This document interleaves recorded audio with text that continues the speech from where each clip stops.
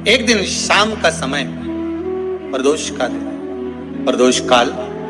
भगवान देव अधिदेव महादेव माँ जगतजननी पार्वती जी के साथ में भ्रमण करते। देखिए, अगर प्रदोष का व्रत नहीं कर सकते, प्रदोष के दिन आप व्रत नहीं कर सकते, मान लो आपसे भूखा नहीं रहा जाए, प्रदोष का व्रत नहीं कर सकते, प्रदोष के दिन आप भूखे नहीं रह सकते, मंदिर भी नहीं जा सकते, दिया भी नहीं लगा सकते, तो शिव महापुराण की कथा कहती है कि प्रदोष के दिन, प्रदोष काल में अपने ही दरवाजे के पास देवाधिदेव महादेव का स्मरण कर लक्ष्मी की वृद्धि के, कार्य सिद्धि के, संपदा को प्राप्त करने के लिए आप अपने ही दरवाजे के पास में एक दीप लगा सकते। कौन से दिन? प्रदोष के। उससे 1000 गुना शिवलिंग में बल की प्राप्ति होती है। प्रदोष के दिन यदि आपको कहीं से शमी पत्र मिल जाए, प्रदोष के दिन यदि कहीं से आपको शमी पत्र मिल जाए और प्रदोष काल में,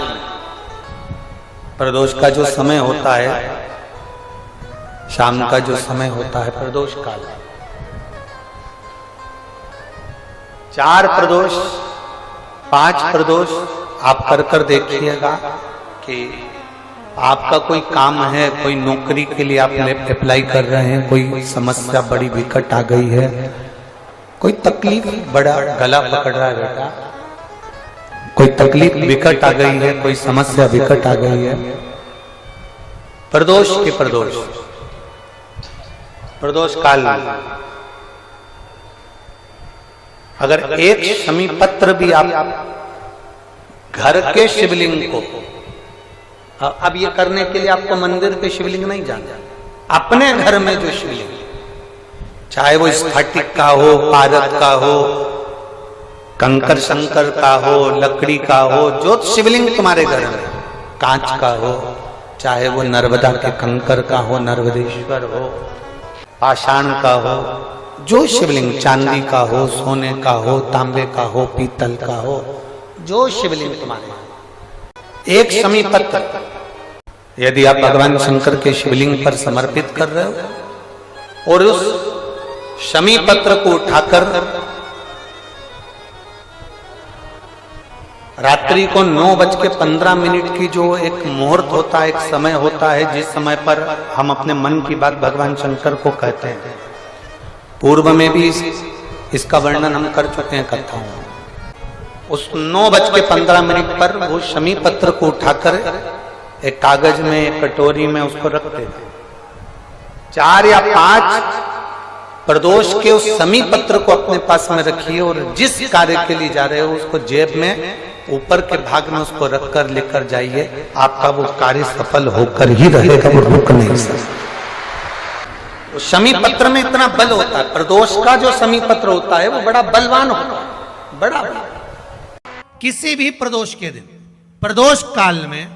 एक बार लगा दे, उसके बाद में अपनी कामना कर बेलपत्री, एक छोटा सा उपाय अवश्य करिएगा। अगर बच्चे कोई एग्जाम में बैठ रहे हैं या कंपटीशन एग्जाम है या नौकरी के लिए अप्लाई कर रहे हो, मान लो 4-6 महीने से बैठे हो, 8 महीने से बैठे हो, सर्विस नहीं है, नौकरी नहीं है, तो एक छोटा सा उपाय अवश्य करिएगा शिव महापुराण का। महाराज बेलपत्री के पेड़ के नीचे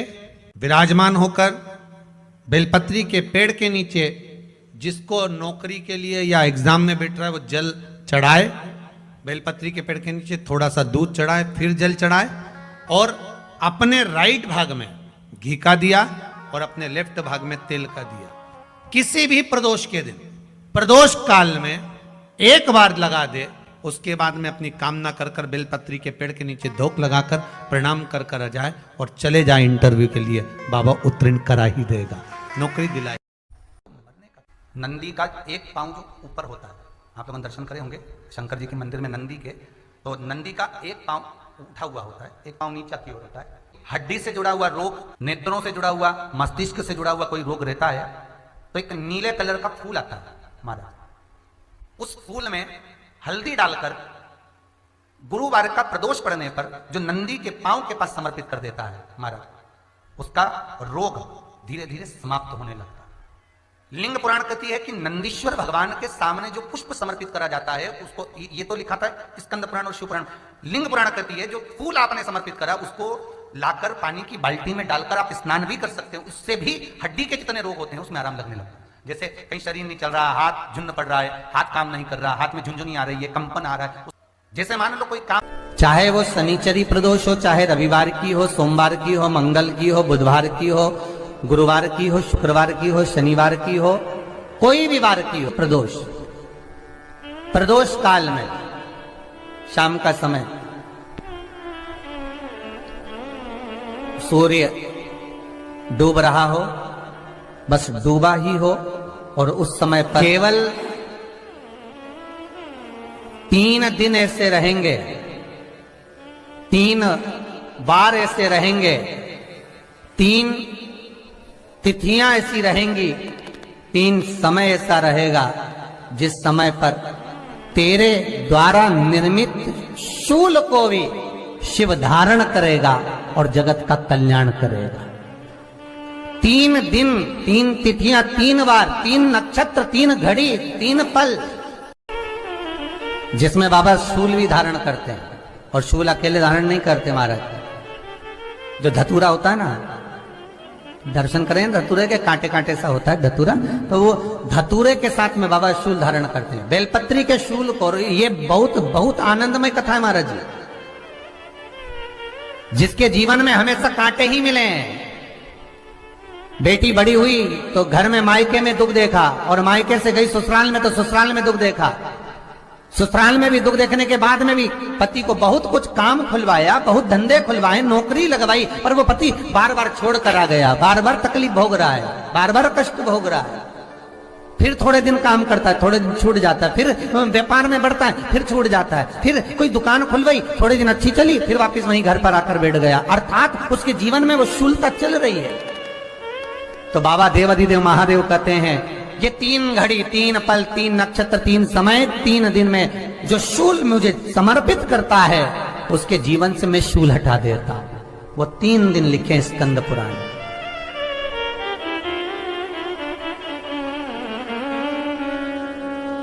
महाराज बैसाख महीने में जो प्रदोष आती है, बैसाख के महीने में बहुत ध्यान से सुनना भाई, जो अपनी जिंदगी से बहुत तंग आ गए हो, परेशान हो गए हो, कष्टमय जीवन जी रहे हो, बहुत दुखी हो गए हो, उनके लिए ये स्कंद पुराण का चरित्र फिर मिले ना मिले, आप प्रेम से सुन लो भाव से। पहला, बैसाख महीने की प्रदोष,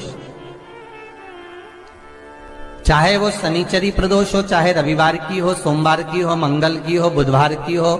गुरुवार की हो, शुक्रवार की हो, शनिवार की हो, कोई भी वार की हो, पर बैसाख महीने की प्रदोष, प्रदोष काल में शाम का समय सूर्य डूब रहा हो, बस डूबा ही हो, और उस समय पर सूर्य के डूबन के तुरंत बाद बाबा को धतूरे के साथ में बेलपत्री ना चढ़ाते हुए बेलपत्री के वृक्ष के 7 कांटे बाबा के शिवलिंग पर समर्पित करे जाते हैं महाराज, अपनी जिंदगी में अड़चनों को हटाने के लिए। फिर आप जिस व्यापार में उतरे, जिस व्यवसाय में उतरे, जिस नौकरी में उतरे, आप दिल से करें,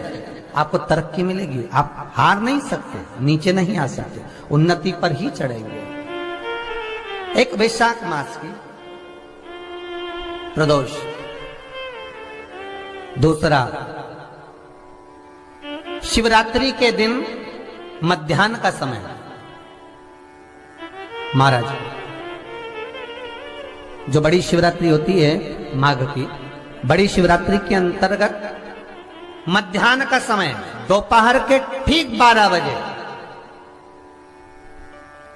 चाहे फिर वो कोई भी दिन हो महाराज, शिवरात्रि जिस दिन पड़ रही हो,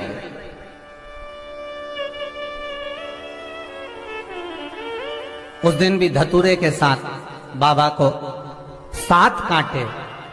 बेलपत्री के वृक्ष के समर्पित होते हैं महाराज। इसमें आप ये वाले जो कांटे हैं जो शिवरात्रि के दोपहर 12 बजे वाले हैं, अगर कोई मदिरा पीने वाला हो, व्यसन में डूबने वाला हो, कोई जुआ खेलने वाला हो, कोई गलत वैश्यावृत्ति करने वाला या अपने मार्ग से विचलित कोई व्यक्ति है, उसके लिए भी ये कांटे बहुत काम आते हैं महाराज। दूसरा, पार्वती तेरे द्वारा तेरे नयन अश्रु से जो प्रगटा हुआ बेल का वृक्ष है, द्वितीय शूल मैं वहां धारण करता हूं, तृतीय शूल, तीसरा शूल जो वर्णन करा गया महाराज। भगवान श्रावण के महीने में जो भी दूसरा सोमवार पड़े, जो भी पड़े श्रावण के महीने का दूसरा सोमवार, आप सबको पहले भी श्रावण के महीने में जो कथा कही उसका व्याख्यान वर्णन करा कि श्रावण का महीने का महत्व क्या है, वो भी आपको ऑनलाइन कथा में आप लोग सुन चुके हैं, लाइव कथा में श्रावण का पूरा महत्व बताया था कि श्रावण के महीने में शंकर भगवान को पूरा लेखा जोखा का भार प्रदान किया गया था। दूसरा सोमवार, श्रावण के महीने का जो दूसरा सोमवार होता है, उस दूसरे सोमवार में रात्रि के समय पर, अर्थात शास्त्र अब घड़ी और पल का स्मरण करेंगे तो रात्रि के बजेंगे 10 से 12 बजे महाराज, 10 से 12 के बीच में धतूरे के साथ बाबा को शूल समर्पित होता है महाराज। ये भी हमारी बाधाओं को, हमारी तकलीफों को, व्यापार व्यवसाय के लिए, नौकरी सर्विस के लिए, बहुत सारे एग्जाम में आप बैठ लिए, गवर्नमेंट एग्जाम के लिए बैठ लिए, नहीं हो रहा, ये 3 बार मेरे शंकर को बेलपत्री के वृक्ष के शूल समर्पित होते हैं, उसका आनंद। श्री शिवाय नमस्तुभ्यं, हर हर महादेव। पूज्य गुरु जी पंडित प्रदीप मिश्रा जी बताए हैं प्रदोष के दिन का यह उपाय, तो यह उपाय आप ज़रूर करिए और आशा करते हैं यह वीडियो आपको पसंद आई होगी। वीडियो पसंद आई होगी तो वीडियो को लाइक करिए, चैनल पर नए हैं तो चैनल को सब्सक्राइब करिए, कमेंट में ओम नमः शिवाय लिखना ना भूलें।